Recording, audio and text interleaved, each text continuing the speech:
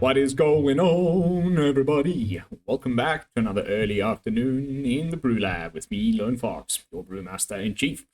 And this afternoon in the BrewLab, running through the colors from Edge of Eternities and picking one winner and one runner-up in each color.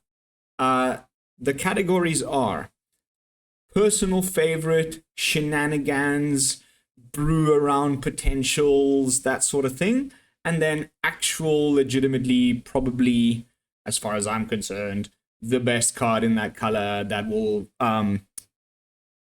warp the format, or at least be a staple, and the one that I consider to be the most playable out of the color. And of course, there'll be a runner-up for that one as well. We've already done white, blue, and black, which brings us, if we follow the Wooberg acronym, neatly on to red, which is one of my favorite colors. And this set is no freaking slouch when it comes to red. There's some absolute doozies. It was super hard to pick.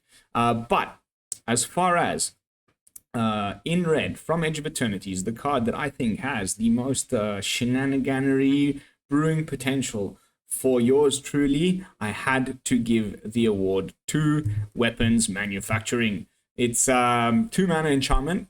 Whenever a non-token artifact you control enters, create a colorless artifact token named Munitions with when this token leaves the battlefield, it deals 2 damage to any target. Now we have 3 artifact sack outlets in this format, like in this set, and already other ones, plus all sort of other like artifact synergies. I cannot wait to see if this can be broken.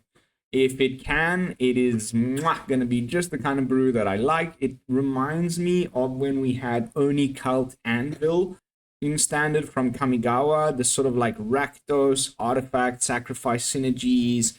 There's foods, there's landers, there's all sort of artifact tokens now in standard. It's going to be fun to see whether this can be broken in any way, and definitely had to take it as far as this list that I'm doing. But there was a clear second place.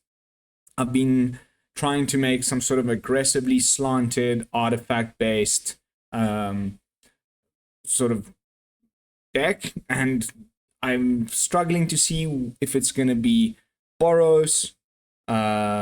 Is it maybe it's going to be what I'm trying to say is it's unlikely to be Jeskai, but it's some combination of those 3 colors that isn't necessarily playing the synthesizer, which then needs to have 3 and 4 drop and more artifacts.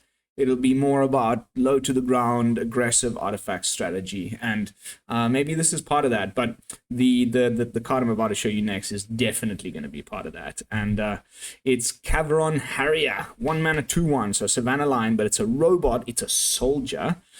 I've been keeping a little bit of a secret close to my chest throughout this series of videos that I'm doing, and you'll have to just wait until early access. But I think this soldiers and aggressive artifact strategy are going to fuse into one, and it's going to be beautiful, and I cannot wait to see if I'm right about this.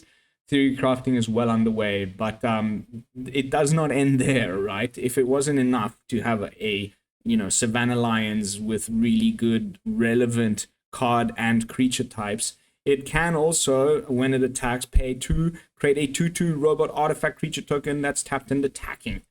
And then you sacrifice it. So so many potential cross synergies, sack decks, decks that care about going wide with artifacts that have artifact ETB triggers, and also soldier tribal, maybe many implications. Cannot freaking wait to see if I'm correct about this one.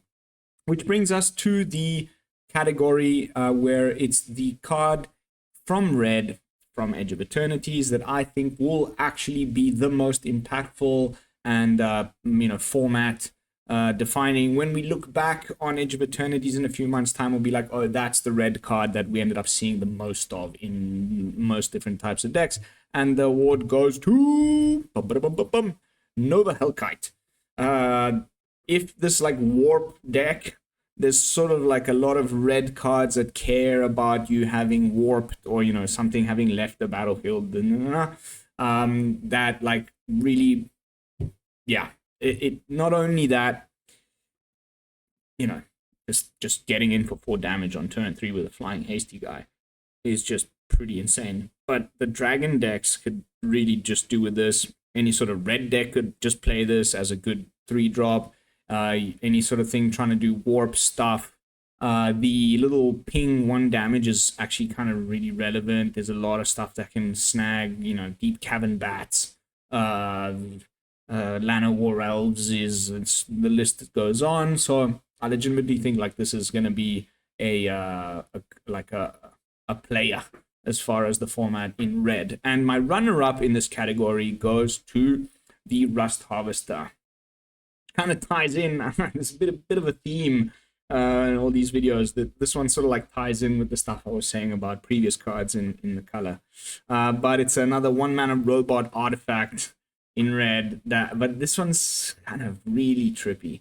So you can pay 2, tap it to exile an artifact card from your graveyard. And then you put a +1/+1 counter on this creature, and then it deals damage equal to its power to any target. So progressively bigger and bigger. You can either swing with it with Menace, or you can hold back, and like in this deck where we're purposefully sacrificing artifacts for multiple synergistic reasons, when they end up in the graveyard, now we get some additional value out of them because they can feed the harvester. So freaking cool card. Another one that, wow, like I can't wait to get my hands on. But that is it as far as red. I'd love to hear your thoughts in the comments down below. Anything I missed, anything that you would have put on this list, I'd love to, you know, get a little discussion started. Come join us in Discord. Let's get some theory crafting going. Early access is just around the corner. But that is going to be it for this video. Of course, after red comes green, and there's some sweet green cards in the set as well. So stay tuned for that. That is going to be it for this one, guys. Thank you all so much for watching. This is Lone Fox from the BrewLab signing out. Peace, y'all.